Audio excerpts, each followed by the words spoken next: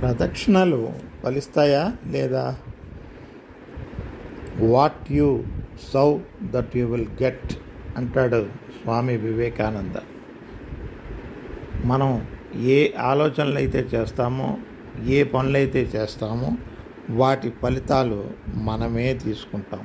ఏ విత్తనం నాటితే ఆ విత్తనం యొక్క ఫలం మనమే పొందుతాము. పోతే నమ్మకం, విశ్వాసంతో చేస్తే చాలు. ప్రతి యాక్షన్కి రియాక్షన్ ఉంటుంది. ఇది అందరికీ తెలిసిన విషయమే. గణపతికి, కుమారస్వామికి ముల్లోకాలు చుట్టిరండని పరీక్ష పెట్టిన తల్లిదండ్రులకు 3 ప్రదక్షిణ చేసి పూర్తి ఫలాన్ని సాధించుకున్నాడు సాక్షాత్ వినాయకుడు. దేవాలయాల్లో మూర్తికి కానీ, అశ్వత్థ వృక్షానికి, నాగదేవతల పుట్టలకు, సుబ్రహ్మణ్య స్వామి పుట్టలకు ప్రదక్షిణలు చేయడం వల్ల కూడా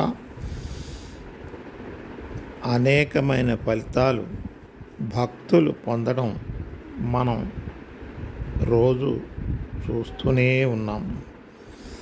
ఇకపోతే ప్రదక్షిణ ఎలా చేయాలి, ఎన్నిసార్లు చేయాలి, ఏ మంత్రంతో చేస్తే అధిక ఫలితాలు ఉంటాయి, ఎప్పుడు చేయాలి అని తెలుసుకొని ప్రారంభిస్తే ఫలితాలు 100% లభిస్తాయి.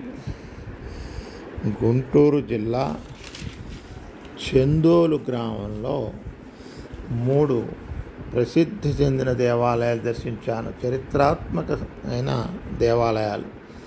1 బగళాముఖి అమ్మవారి దేవాలయం, 2 లింగోద్భవ స్వామి ఆలయము, 3 చెన్నకేశవ స్వామి ఆలయం.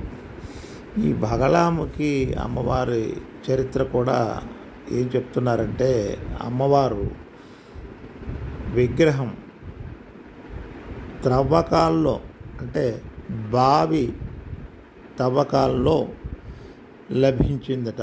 ఒక సిద్ధుడి ఇచ్చిన సూచనల మేరకు ఆ తవ్వకాలు జరపడం జరిగింది.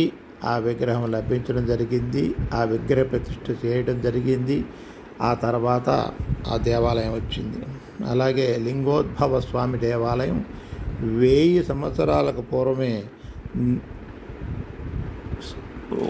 అక్కడ లింగం ఉన్నదంట.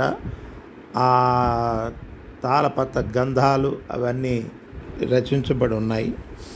ఈ లింగోద్భవ స్వామి మందిరంలో నేను చూసిన విషయం ఏంటంటే, పొగడ చెట్టుకు ప్రదక్షిణ చేయడం వల్ల అన్యోన్య దాంపత్యము, సత్వర వివాహం కలుగుతాయని, మరియు పొగడ చెట్టుకు, నాగేంద్ర స్వామి పుట్టకు కలిపి ప్రదక్షిణ చేయడం వల్ల కుజదోషము, నాగదోషం తొలుగుతాయని, తెల్ల మద్ది చెట్టుకి ప్రదక్షిణ చేయడం వల్ల పిల్లలకు విద్యల్లో వచ్చే ఆటంకాలు అవి తొలగుతాయని ఆధారాలతో సహా వ్రాయబడి ఉన్నాయి.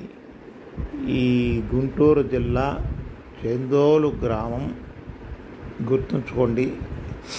తెనాలి నుంచి వెళ్ళొచ్చు, గుంటూరు నుంచి వెళ్ళొచ్చు. చందోలు గ్రామం. ఈ చందోలు గ్రామంలో మీరు 3 దేవాలయాలు దర్శించుకోవచ్చు. బగళాముఖి అమ్మవారి దేవాలయము, లింగోద్భవ స్వామి దేవాలయము, 3వది చెన్నకేశవ స్వామి దేవాలయం. గుర్తుంచుకొని ఫలితాలను పొందండి.